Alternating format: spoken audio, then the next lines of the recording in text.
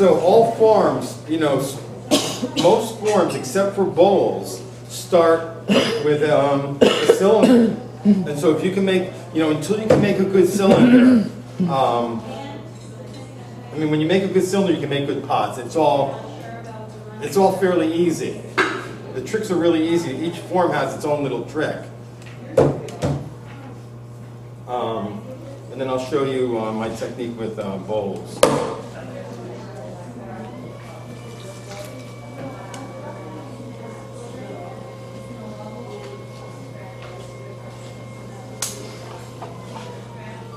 Again, if you're having trouble centering, do that same technique.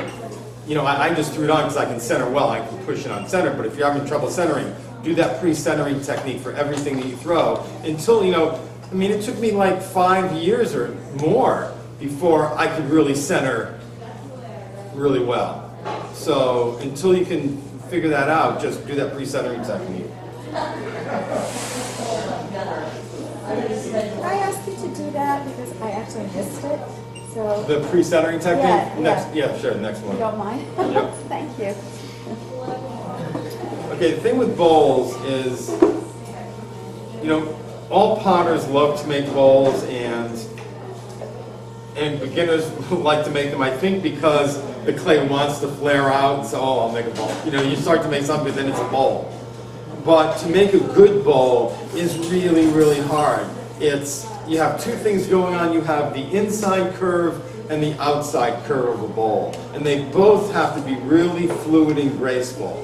And to have that, I just don't see many good bowls out there. It's very, very, very few good bowls that I see out there. And one thing beginners will do a lot is they won't leave enough clay at the bottom, and their feet will be only like that high. They'll have kind of a big bowl, and it'll be raised that much. That's like if you had a 6-foot person and their foot was only that big. It doesn't look right. It's all about proportion. Pots are about proportion.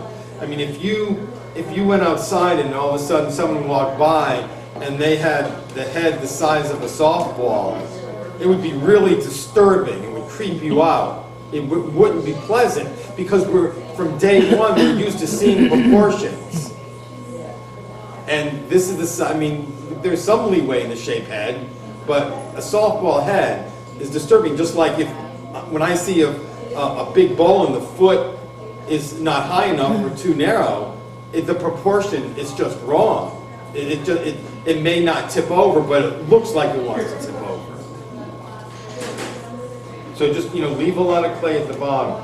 And when I'm coming out, so on a bowl this size, I know I want my foot that big. So I come out straight about that far, but then I come up, and I come up all the way to the top.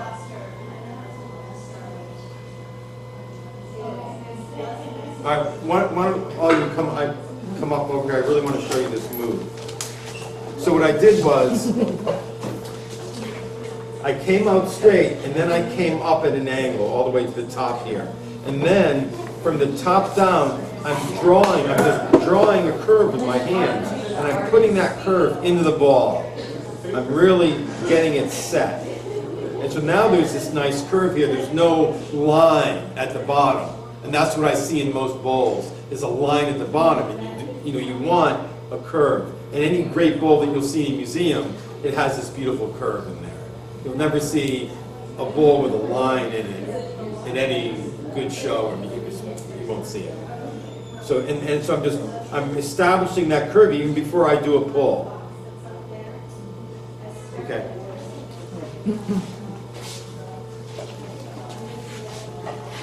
So this next move, it's a little difficult, but if you know of it and have it in your head, it will start to happen. So what I'm going to do is I'm going to grab again, the clay is pretty thick now, so again, see, the clay is that wide. Right now, it's that wide. And the foot is only going to be there, so I can really dig in here. And you can only do this on the first pull.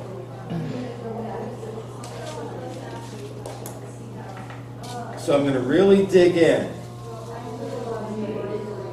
So I really altered that bottom.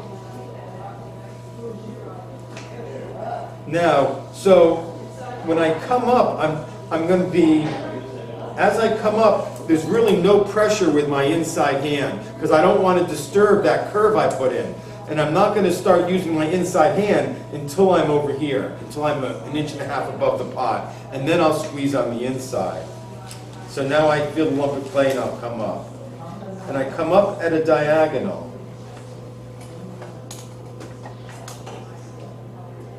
So just like in that cylinder where I was talking about, before you make a pull, you want to set it up so the top dimension is a little smaller than the bottom dimension. You want to look at this curve, this angle right here, and have an exact diagonal. And I see that I need to bring that out at the bottom, like right here. I need to bring that out a little bit. So before I go to thin it, because if you don't have a diagonal, it's like a straight wall. If you don't have a straight wall, if you squeeze the clay, it's hard to thin out the wall evenly if you're going like this. That's why you want a straight wall. You don't want it all over the place. You just can't control the lump of clay that you're bringing up. So now that I have a diagonal, I'll bring up the clay. Again, I'm not going to squeeze on my inside hand until I'm above that, about an inch and a half above.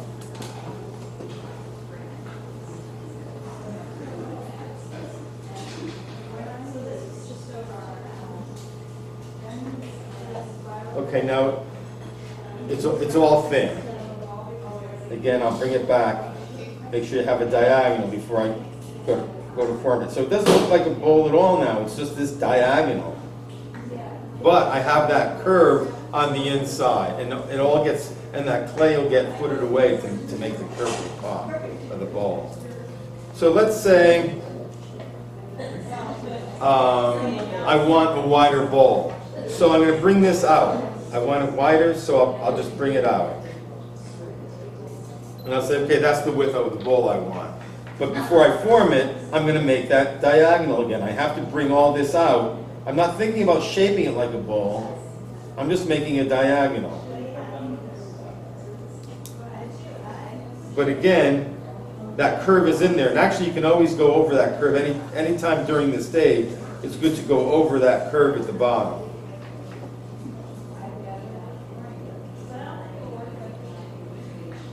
Okay, so now I'll form the bowl. So this is set. This is the width you want. So I'm not going to alter the width anymore. So I'm going to start putting pressure on the bottom, and I'm just going to come up. And when I get to about here, I'm going to ease off the pressure because I don't want to make the top any wider. So I'm just going to put pressure out.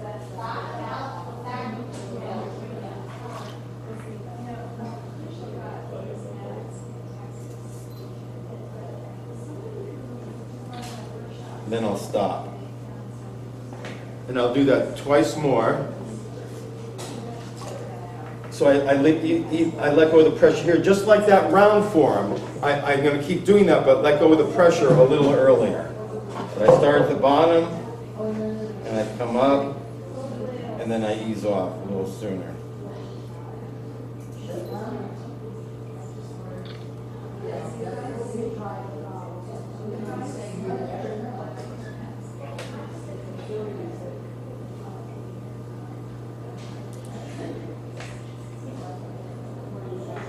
And there's your bowl. Now it doesn't look like much yet, but when I foot this, it's going to be this beautiful, graceful curve once I foot it.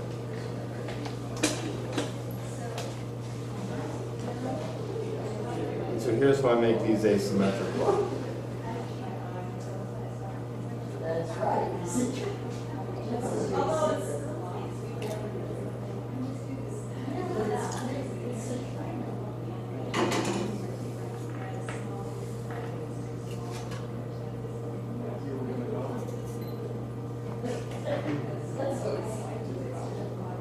So I'm going to make this line right there. Then I kind of, so it's a subtle asymmetry.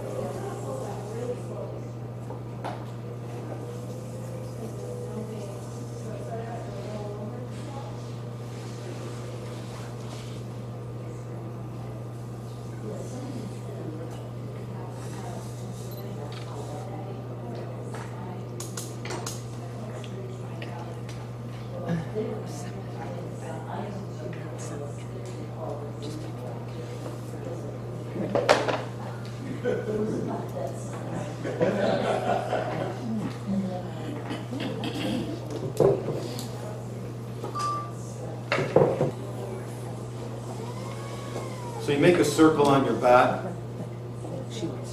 Okay, You make a circle on your bat like that, and you Okay. put this in the middle of the circle. uh-huh. Okay, and you throw, right? You, Yes, Okay, yeah, yeah. so you know how you. All right, so that's pretty centered. Like you do that thing where, like, when you're footing, you're putting the pot on. Right. But if it's not, you do this and then stop it and move it over Right. until it's somewhat centered, Right, and then push the clay down because it's not really attached because you just placed it gingerly on. right. So push down, and then when you go to, and then the first thing you do before you center is just, I'm pushing down on the top to make sure it's attached to the bat. And what that does is it gets rid of that thing where you're going like this. If you throw it down and it's not on center, you're going like this, and it's so hard to center it. So this gets rid of that, this pre-centering thing. So it's just like when you're put it on like you're footing a pot. Right, You right. know, but you have to, but if it, let's say you put that on, you go to center and it comes off, that means you didn't do the first step right. It means you didn't push down enough. So that just means make sure you push down more and attach the bat, and then go ahead and center. Okay. And that works for really large pieces as well? Everything? I do that, yeah, especially for the larger, the more important it is. Because for a little piece, if it's way off center, the littler the clay, the easier it is to center. Right. But I have to do that. Right. On large, I mean, I'll center 20 pounds of clay, and if I don't pre-center it, it's like, Right. I can do it, but half an hour later, I need a nap. Right, right, right. Okay. Great, thank you. That's great, thank you.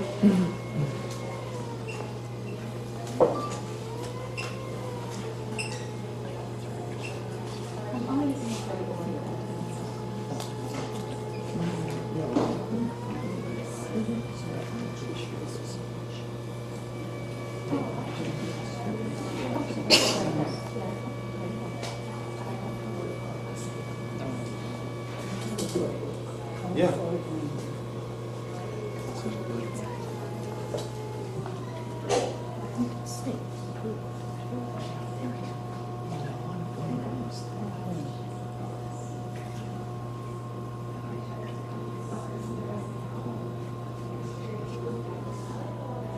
Right, on these T-balls, I have to leave it a little extra thick right here because you'll see when I foot these this move that I do to put the asymmetry in.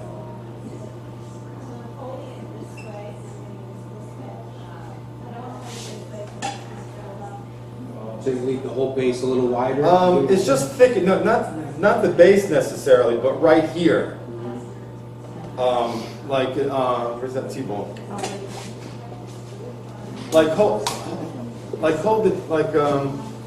Hold it up by the foot. You can see how this line, here kind of goes up. See, it's not static. Usually that line is static all the way around. But when I'm holding my tool, I'm going up and down and cutting off to make this line fluid. So it changes. You see it especially right there. Right there. It's like a wave. And again, it's just giving it this sense of movement and flow, which is huge to the feel of the pot. But to do that, if I didn't leave it thick right here, I'd go through the clay when I foot it. So you have to and again, you learn by messing up. If a pot, what a lot of potters don't do is they'll make a mistake on the wheel and they won't think about what happened, what went wrong. Where to me, that's the fun of it. I don't feel like I'm failing. There are these puzzles. A lot of people when they go to critique, it's all about constructive criticism. Criticism in of itself doesn't mean anything, but if it's constructive criticism, how can you make your pots better pots? And I want to hear it. I mean, my pot still can get better, and I want to hear the criticism as long as it's constructive. Why it doesn't work? What can I do to make my pots work better? And so when you make a mistake, try to figure out Why did it collapse? Why did I go through? Oh, I need to leave, it went through here, so I'll leave the clay thicker next time I throw. But you still cut through again, so the next time you throw it to that, you leave it more thicker still. So it's figuring it out. So a lot of us try and correct that mistake rather than learn from the mistake. We go to the next step. All right, how can we save this? Or, Right. You know, and Right. that's not. That's a good point.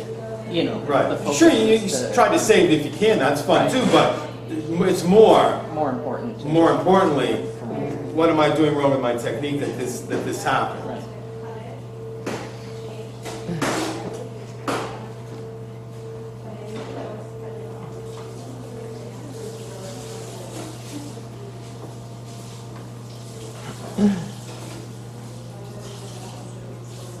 So actually,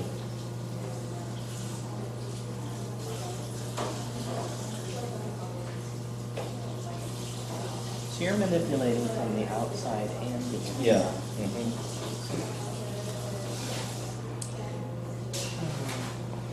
So,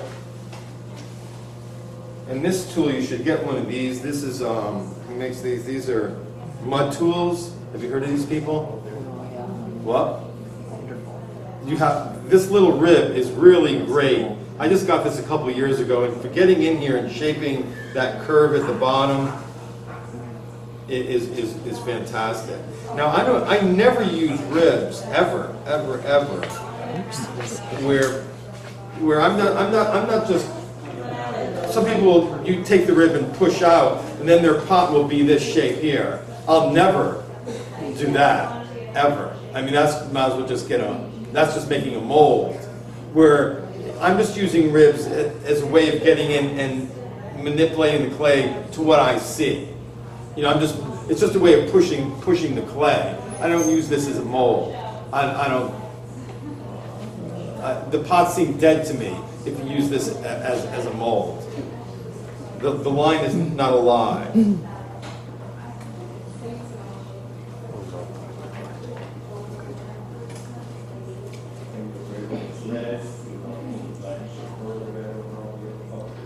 Actually, I need to throw, I forgot. So, as you saw, I